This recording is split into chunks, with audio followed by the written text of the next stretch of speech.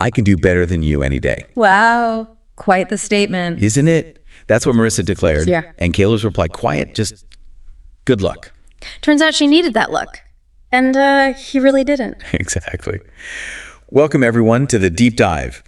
We're your shortcut to getting well-informed. We try to pack in surprising facts and hopefully just enough humor to keep you listening. And today, we are diving deep into a really fascinating story. It was submitted by a listener, actually. Yeah, and it's quite the journey. It starts with this really dramatic relationship breakdown, spirals into a pretty wild job scam, and then somehow ends up as this powerful story of personal transformation. Right. So our mission today really is to unpack all the different layers here. We'll look at those initial warning signs, in the relationship. Then we'll follow the twists of this job scam as it unfolds.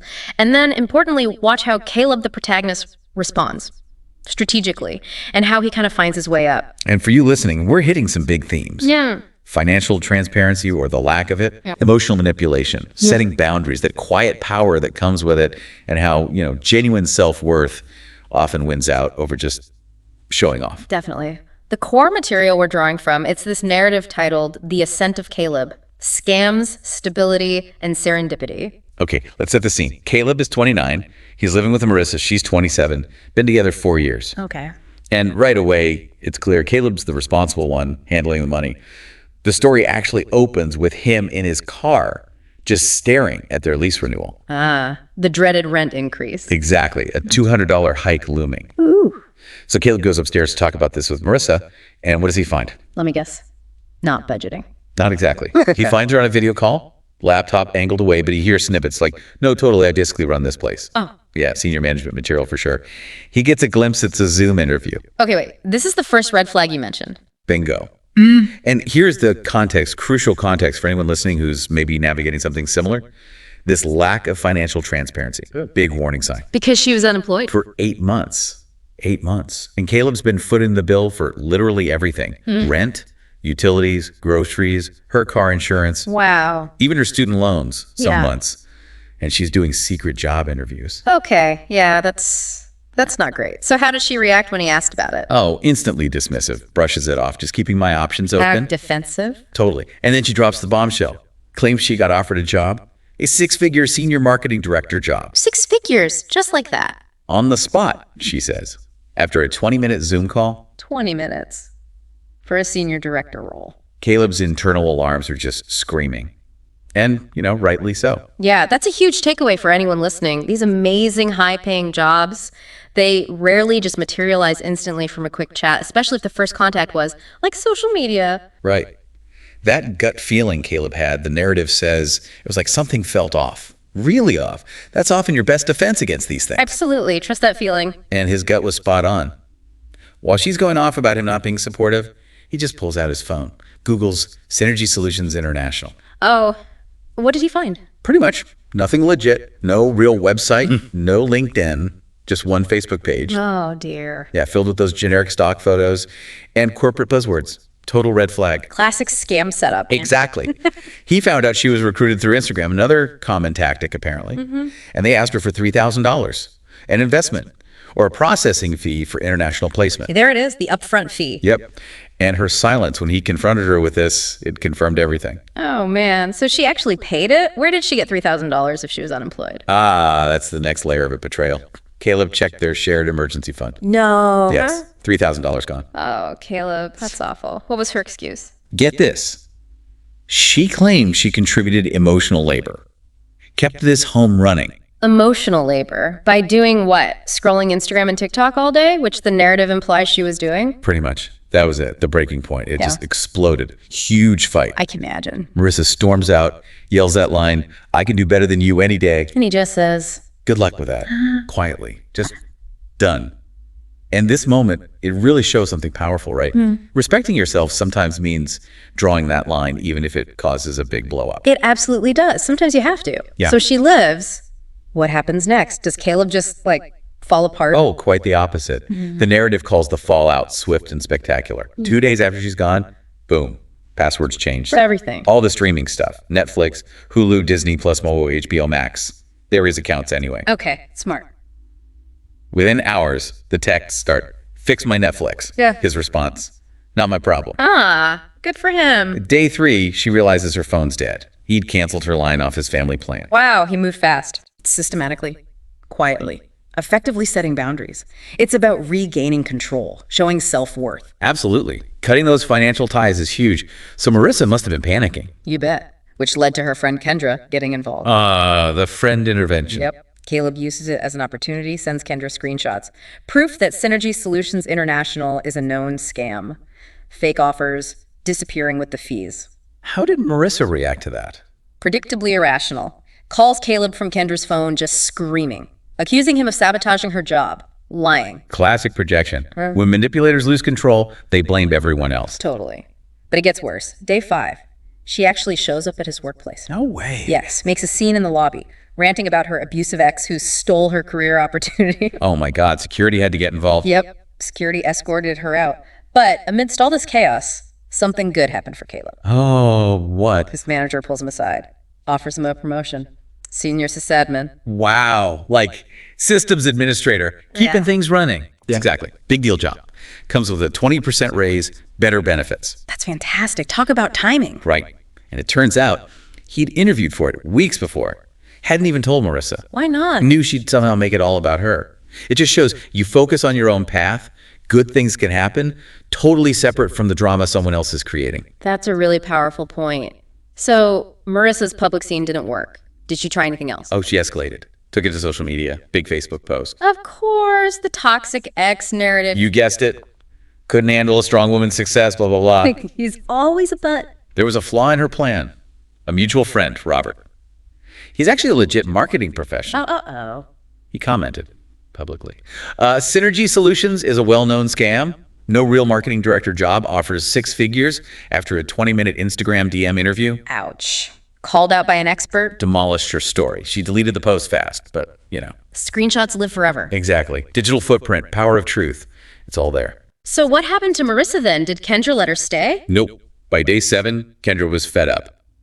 Kicked her out. Understandable. So Marissa ends up back at her parents' house. And that's when another layer of the lies starts to unravel. More lies. What now? That $3,000 she invested, Caleb found out her parents had given it to her. For the investment? No. Yeah. To pay off her credit cards. Are you serious? So she lied to her parents and Caleb about what the money was for? Yep.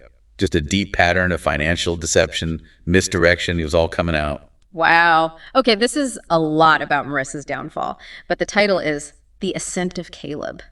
Let's talk about his side. Right. Because while all this was happening, Caleb was genuinely starting to, ascend.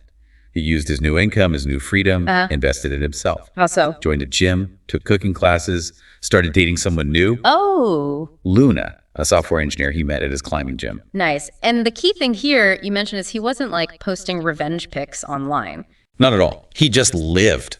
Quietly focused on genuine self-improvement, finding inner satisfaction, not trying to win some public battle. It's a different kind of strength. It really is. But did Marissa just let him live? Given her previous actions? There's not a chance. She saw him at the grocery store buying stuff for pad thai. Okay. Q47 texts.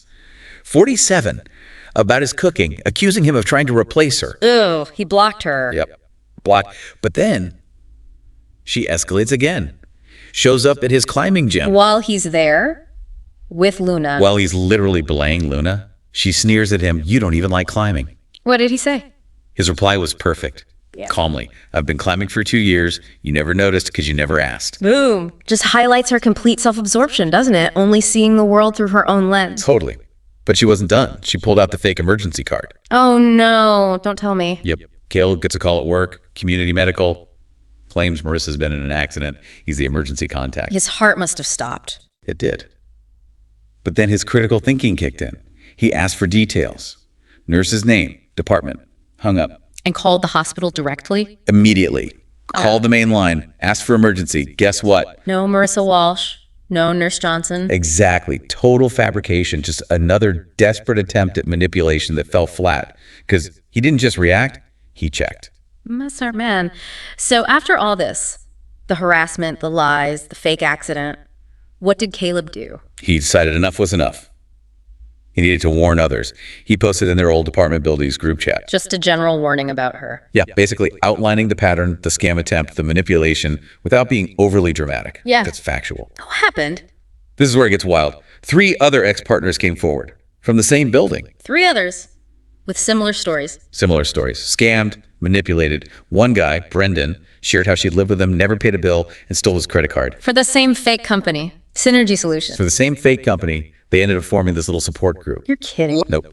Call themselves with some dark humor, the survivors of Synergy Solutions. Wow, that must have been validating for Caleb, knowing he wasn't alone in this. Hugely validating. Yeah. And it just cemented the pattern. So does the story end there with Caleb moving on and Marissa exposed? Almost.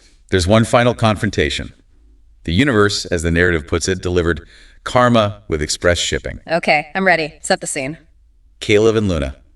Nice steakhouse. They're officially dating for a month, celebrating. Good for them. Across the room. Marissa with a new guy. Oh, boy. And this guy looks like, quote, he'd stepped out of a crypto bro starter pack, talking loudly about his investments, clearly performing for Marissa. Right. Marissa spots Caleb and Luna, sees them looking happy, settled. Her date, Trevor, is oblivious, but she marches over. To their table, seriously. Right over, ready for a confrontation. What did Luna do? Luna's response was, chef's kiss. Marissa tries to dismiss her, and you are. Luna, software engineer precision, right? Just looks at her It's twice. the upgrade. Mic drop. Total mic drop. Stark contrast right there. Marissa's flustered, tries to recover, claims the scam was just a misunderstanding. She's exploring other opportunities. Still denying it. Still denying. And Caleb just delivers the final blow, deadpan. Looks at her date, Trevor, and says, like your date, Trevor's an entrepreneur launching an NFT collection. NFTs. Seriously. And then they kill her follow-up. In 2024, just perfectly highlighting her delusion, clinging to these hype trends. That is brutal and brilliant. Did Trevor hear this? Unclear if Trevor caught on, but the final twist, the real irony. There's more. Caleb knew Trevor, or knew of him. Ouch. Trevor was his coworker's roommate, lived in his mom's basement. No. The crypto bro? Yep.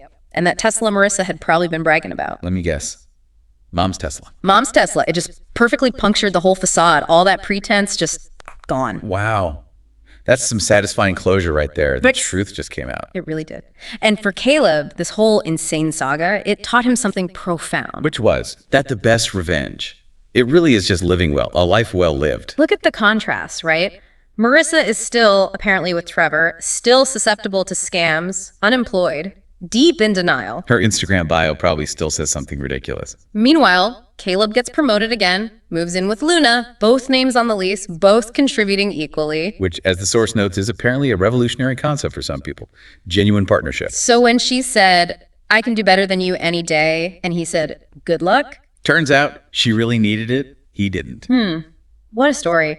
This deep dive really shows that journey, doesn't it? From being caught in deception to finding real independence. Yeah, that contrast is stark. Caleb's authentic growth versus Marissa's, well, continued reliance on scams and just superficial stuff. And connecting it back for you, the listener, it's just such a strong reminder, isn't it? About boundaries, about spotting red flags in relationships, sure, but also in opportunities that seem too good to be true.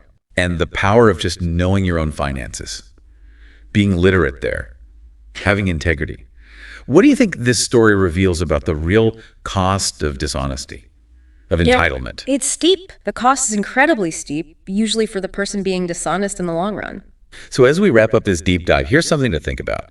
When someone throws that line at you, I can do better than you any day. Maybe the best response isn't fighting back. Maybe not. Maybe it's just quietly, diligently building a life that has real integrity, real contribution, real fulfillment, because that kind of success, it speaks for itself. What does doing better actually mean, really, when you look at the long game? Something definitely worth mulling over.